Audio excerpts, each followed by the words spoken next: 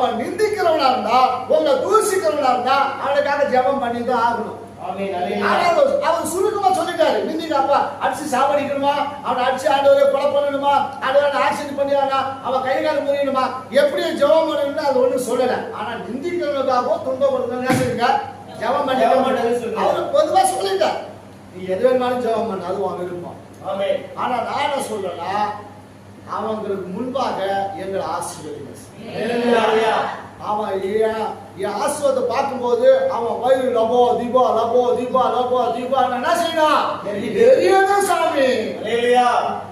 அவன் எரிஞ்சு எரிஞ்சா செத்து போகணும் சாமி. அப்படி அவனை ஆசீர்வதிக்கிறான். எங்களை ஆசீர்வதின்னு கேளுங்க.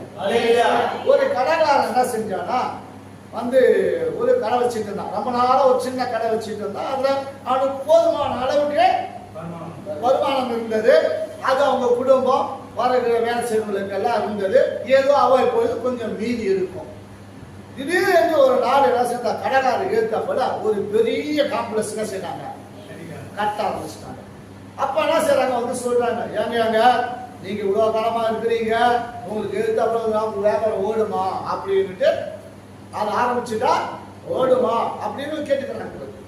அப்போ அவர் என்ன செஞ்சாரா, சரி பரவாயில்ல, அவனை ஆசீர்வதிச்சு என்னையும் ஆசீர்வதிக்காரு அப்படின்னு இவரா செய்யலாம். போகும்போது சாமி கும்பிடும் போதெல்லாம் சொல்லுவாரா, அவனை ஆசீர்வதிக்கிறார், அவனை ஆசீர்வதிக்கிறவர் தான் என்னையும் ஆசீர்வதி.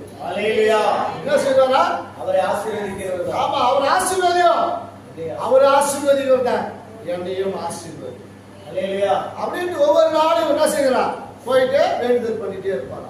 வேண்டுதல் பண்ணி பண்ணி பண்ணி பண்ணி பண்ணி ஒரு நாள் பிரியமான வந்தது. அந்த கடையை திறக்கும் போது இவன் தான் திறந்து அங்க என்ன வந்தா முதலாளி உட்காந்து